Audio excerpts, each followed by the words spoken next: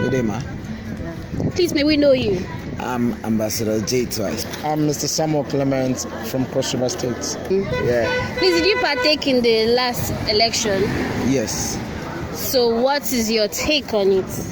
Well, it's Nigeria now. Nothing surprises us again. You know, the problem we had was the same people that came out to protest.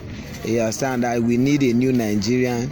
We need a new person, new set of people. In fact, we need Peter Obi. We need the same obedience with some of the people.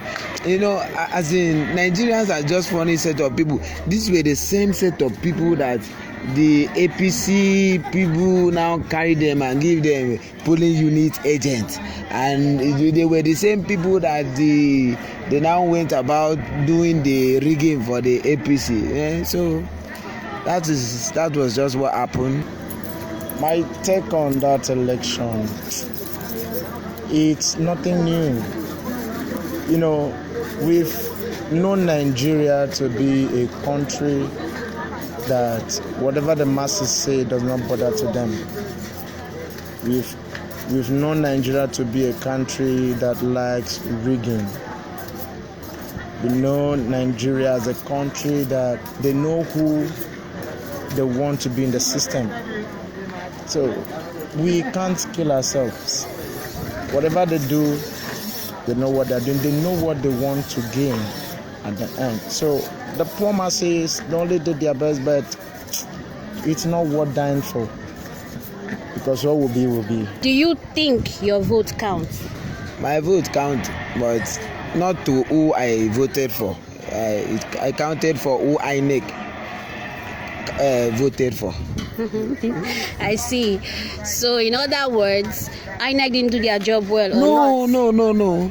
INEC did their work very, very well. Like me, I believe, you know, INEC already had plans. They had in mind who they wanted to win. You understand? So at the end of the day, INEC only, you know, announced their winner, as in the person that they wanted to win. You understand? Won for INEC. So it was more or less INEC election. It wasn't a Nigerian election. What I'm trying to say is, actually what happened on the 25th is actually the tradition of the Nigerian politicians and INEC policy. So it's a normal thing for them to rig elections. Oh, in conclusion, they rigged the election. Okay. It's their culture. It's their culture. Exactly. Okay, interesting. So in other words, your vote didn't count. If my vote didn't count, there wouldn't have been any need for rigging the election. So my vote counted. So they have to rig it to do more than my vote. But my vote counted. If my vote didn't count, then what's the need for rigging? Of course, during the campaign, everybody was saying your vote will count, your vote will count, your vote will count. But at this point, no one's vote counted. Reason is that if my vote had counted, the person that imaged the winner wouldn't have. Because you come to understand that this particular election, majority of the youths, they had one mind. They had one particular candidate they were projecting. And it cut across the whole country.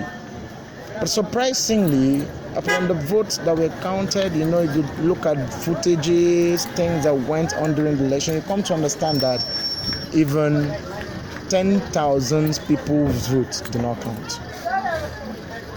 So that's it. Okay. Personally, I will continue voting. I cannot stop voting. I'll continue voting. And for my take, there is nothing I as a person can do apart from still voting, which is my strength and my power. I'll continue voting. And as a political party, like the INEC chairman said, if you're not okay with the digits in the results, you do what? You go to court. So whoever is not okay with what the INEC chairman said, yes, we all know what is happening, but if you're not ready, I as a person cannot do anything. But those that feel they can do something, they should go to court. So your advice they should go to court? That's final. Court. Do you think anything will change? Of course. Except you are telling me that our judiciary system is corrupt too, which I don't know. Are you saying they're corrupt? No. So the court will decide. INEC don't know what they wanted. And for them to get what they want, they had to work the way they worked. For them to achieve their primary objective, they had to do what they did. They had to go against the Constitution as amended or as stipulated last year, 2022, that any result that have not been transmitted to the server should not be counted. But we discovered that all the results that we announced to the public were not transmitted. Even the few ones that were transmitted, they could not read it out the way it was. So they did what they did because it is what it is. And for you to get what you want, you must do what you need to do. So they did what they did to achieve what they wanted. So I'm not surprised. I only felt this year will make a difference. But if, in as much as that had happened, I still have hope. We are still waiting for our proposed candidate to take a step, and then we'll leave the rest to God. Okay, so March 11th, 2023 will be governorship election. What do you expect from that?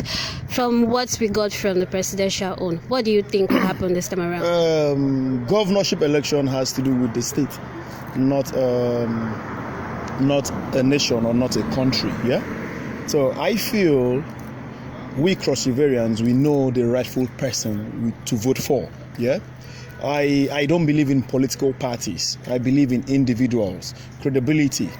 Yeah, that's what I believe in. So I'm going to vote for who I know is capable and is going to change things for good in the state. Now, judging from the presidential election, the just concluded one, do you think it's going to affect the governorship election? I mean, people coming out to vote, will it affect them? Thousands of persons would sit back in their houses and would not come back to vote because they have this ideology that their vote didn't count. But those of us that knows that our vote actually counted, we will still vote to the end.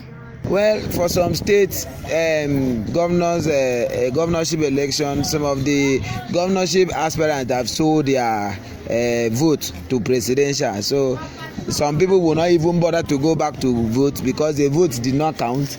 Then while some people will want to go and vote for other party, having in mind the hurt that APC has already done. Yes, so well, the thing is, we don't know what to say again for this election. It's okay. Thank you very much, Mr. J. Twice. Thank you.